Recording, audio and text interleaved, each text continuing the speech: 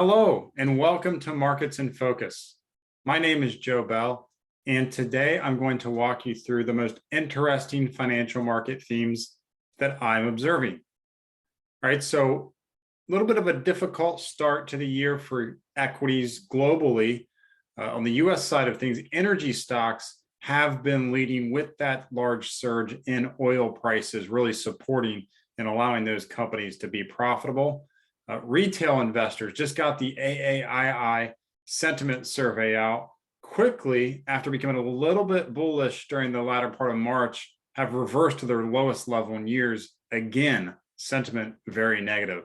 And then finally, new inflation report, monthly numbers a little bit higher than expectations, but a little bit of improvement in some parts of inflation and jobless claims showing that the labor market is very, very strong. So just a quick review. This is the end of the quarter returns, 2022 Q1 returns. We can see overall the S&P 500 down there in the middle, down 5% for the quarter. Of course, it had a drawdown between January 3rd and March, a little bit of a rebound during the last couple of weeks of March. Overall, only down 5%, but definitely increased volatility, the most that we've seen since the first quarter of 2020 during the pandemic. Right there at the top, energy, we see WTI oil trading around $100 a barrel.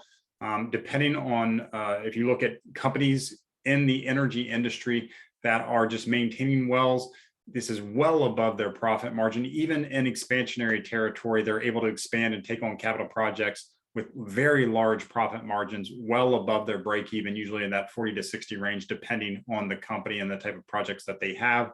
So really good time for energy prices and those companies that benefit from them in the energy sector. You can also see a couple notes: utilities, staples, defensive parts of the market. Interest rates are rising. Those are more interest rate sensitive, but it's been a flight to safety thus far. When you look at the laggards for the quarter, it's obviously real estate, technology, consumer discretionary, that discretionary, information technology, growth part of the market, most sensitive to interest rates as well. They have really been lagging as we've seen a kind of a risk off attitude during the first quarter. Combination of obviously increased interest rates, but also the heightened geopolitical risk and uncertainty that's causing for consumers and investors during the past couple of months with regard to Russia and Ukraine. Now, speaking of sentiment and consumer and investor behavior, the AAII investor poll that goes out weekly and asks their members how bullish or bearish are they during the next 6 months. Up here, we've got a chart for the weekly report for the past 4 weeks, along with the historical averages. And you can see the report that just came out as of yesterday's close shows that we had about 48.4% of respondents were bearish, 35.7% were neutral, and only 15.8% were bullish. So a couple notes here, you can see the reds increasing during the past couple of weeks, the greens declining, but at 15.8% bullish, that's actually a little bit lower than just a few weeks ago and sort of the low point of the market when it was just around 19%. And that's actually the lowest level since 2005. So interesting how bearish retail investors have become. We saw several signs during the first quarter that we've been talking about over the past couple of weeks of that type of sentiment we typically see during turning points from purely a sentiment perspective. Historically, you want to look at those from a contrarian point of view.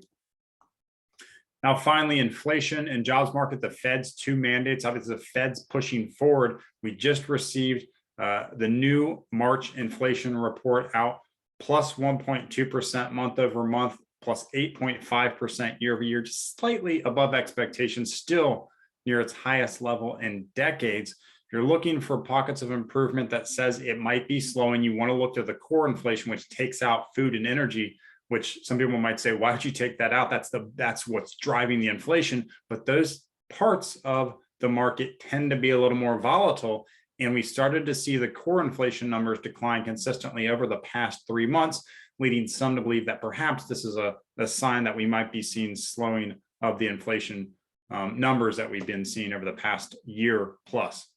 Now, the other mandate, full employment, there's no doubt about this. This has been hanging tough and improving to its lowest level in decades here recently in terms of continuing jobless claims. We talked about this over the past year. Labor market was weak. That was what was keeping the Fed from raising rates.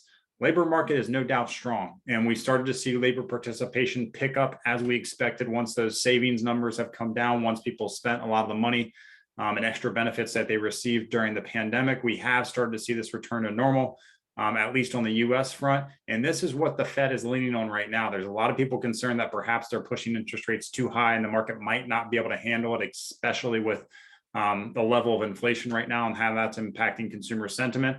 They're looking at the data and they believe that the labor market's going to be able to withstand higher rates right now. And that's kind of the conundrum between some participants that are saying, hey, the economy might not be able to handle these interest rates. But if you're looking purely at the Fed's dual mandates, they have no sort of choice right now but to act with interest rates near 0% level. And you have a continuing jobless claims near multi-decade lows and inflation near multi-decade highs. This is the point when you would expect the Fed to start tightening, and that's exactly what they're doing.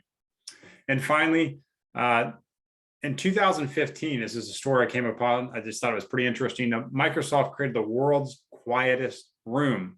And over the past several years, people have gone in and out. They use it for sound tests and things like that. It slightly surpassed one that was in a museum in Minneapolis. And apparently it's so quiet. So if you're looking for quiet during the Easter week and away from family a little bit, you can go here. But apparently it's really weird. You can hear your heartbeat. You can hear your blood flowing.